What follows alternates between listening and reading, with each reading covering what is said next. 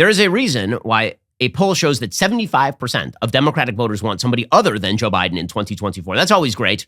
That's always great for you. When you're the incumbent president of the United States and you won a fairly sweeping popular vote victory over your opponent, and 3/4 of your party wants you to go away.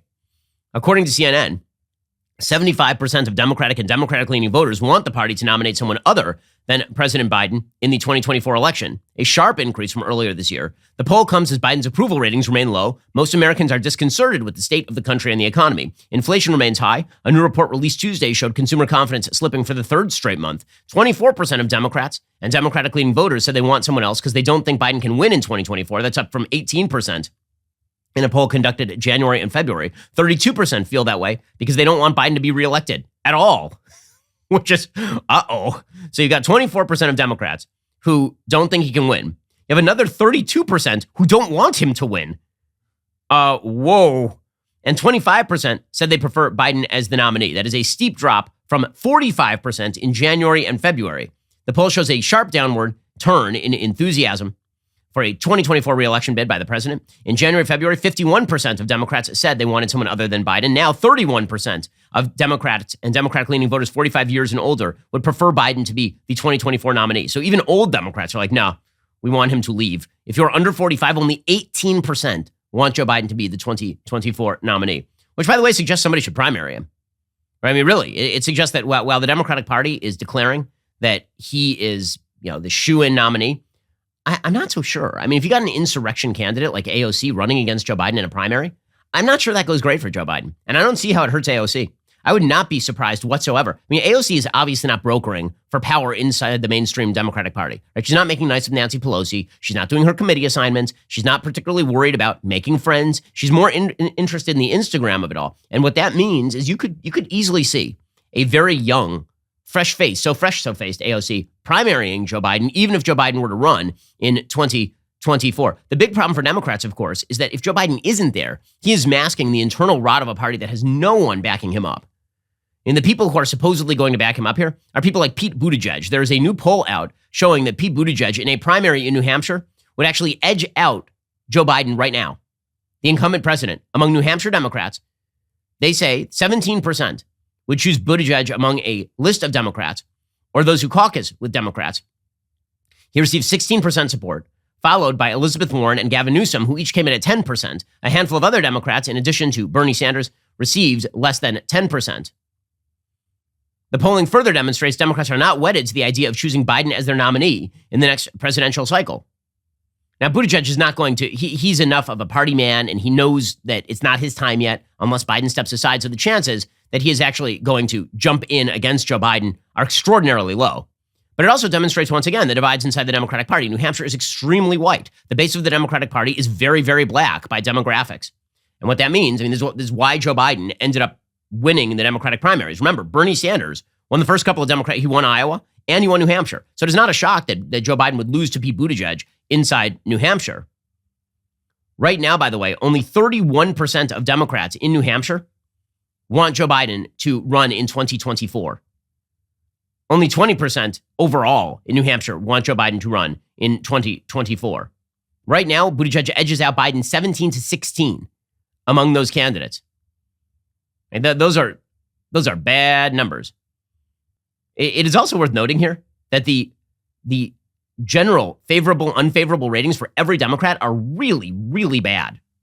Really bad. So, for example, Pete Buttigieg in New Hampshire right now, he has a net negative 8% rating in that same poll that shows that he's more popular than Biden. Among all New Hampshire voters, he's 8 points underwater. Kamala Harris, by the way, is, I believe, 42 points underwater with New Hampshire voters, 63% disapprove, 21% approve. Ooh, that is, yeah, that is a big owie. Ouch. Or no. By the way, you know who should be mentioned here? The incomparable AOC in that poll of New Hampshire Democratic voters has 5%. She is 1% below Kamala Harris in that Democratic poll. Speaking of which, Kamala Harris continues to demonstrate how terrible she is at this. By the way, that would not prohibit Kamala Harris from being the nominee. I think everybody is looking past the point that Jim Clyburn, who basically decides the Democratic Party nominee in places like South Carolina, because that's exactly what happened with Joe Biden, right? He intervened with Joe Biden. He tried to get the states that have more of a black Democratic base to vote for Joe Biden. You think he's going to get behind Pete Buttigieg, the whitest person ever to white?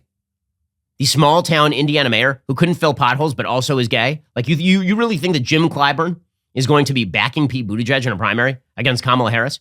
So you've got an infight between Pete Buttigieg, whose most notable achievement as Secretary of Transportation is not solving any of the supply chain issues, but also taking paternity leave and talking about why the Bible says gay marriage is okay. You know, major accomplishments there from your Secretary of Transportation, versus Kamala Harris, maybe the most unpopular and untalented politician ever to walk this earth. I mean, she's bad. I mean, she makes Nero look like a populist. Here is Kamala Harris yesterday explaining her pronouns to an assembled group at a meeting. Oh, my goodness. I want to welcome these leaders for coming in to have this very important discussion about some of the most pressing issues of our time. I am Kamala Harris. My pronouns are she and her. I am a woman sitting at the table wearing a blue suit. Yeah, my goodness. You know how fast that moved from faculty lounges to the White House? That took about half a second. First of all, her entire pitch for being on the ticket is that she is she, her. If you don't know that Kamala Harris is a woman at this point, you're an idiot. But apparently Kamala Harris has to announce it to the world, again, in fealty to gender ideology. Supposedly, the reason that she is talking about who she is and her blue suit is because she is speaking to the blind. I look forward to her using American Sign Language to also explain to folks who are deaf there. I mean, she's doing it herself, right? So she why not? Why not? In any case, she is very, very bad at this and way too far left for the American people. So this is why they have to keep trotting out the corpse of Joe Biden, prop El Cid on that horse and just run him out there and hope nobody notices that he died a couple of years ago and that he's beginning to smell a little bit. In any case, Joe Biden's press secretary, in other news, is now leaving the White House. So that first of all, I don't know why Joe Biden has a press secretary. I don't know why the first lady has an official position at all.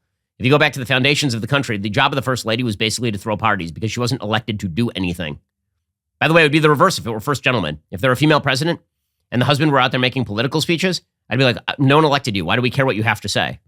This nonsense where we pretend that the first lady actually has a political position is highly, highly irritating. It's irritating because, again, no one elected these people to do anything. But Joe Biden apparently has a press secretary named Michael LaRosa and is now being forced out of the White House. So I do love the fact that Joe Biden will not fire any of his top advisors for running the worst presidency in my lifetime easily.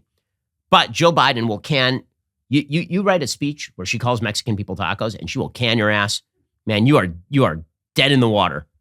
The First Lady told CNN for nearly 3 years from the campaign to the White House, Michael has brought an encyclopedic knowledge of politics and media to my team as my spokesperson and advisor. On a small team, loyalty and friendship are lifelong. We'll miss Michael. However, we are excited for him to begin a new chapter in his career as a manager at Chipotle. She didn't say the last part. LaRosa actually is joining the public affairs firm Hamilton Place Strategies, so that revolving door continues to move forward. LaRosa actually had to apologize on behalf of the First Lady after she compared Latinos to breakfast tacos, which I don't even know. Breakfast? Did she mean breakfast burritos? Maybe I'm ignorant. I'm almost certainly ignorant, but at least I'm not ignorant enough to call people of Latino heritage by foods that I associate with them. But we bid a fond farewell to Michael LaRosa, the press secretary for the First Lady of the United States, who is, in fact, the world's greatest doctor. Who's got two thumbs and wants you to like and subscribe?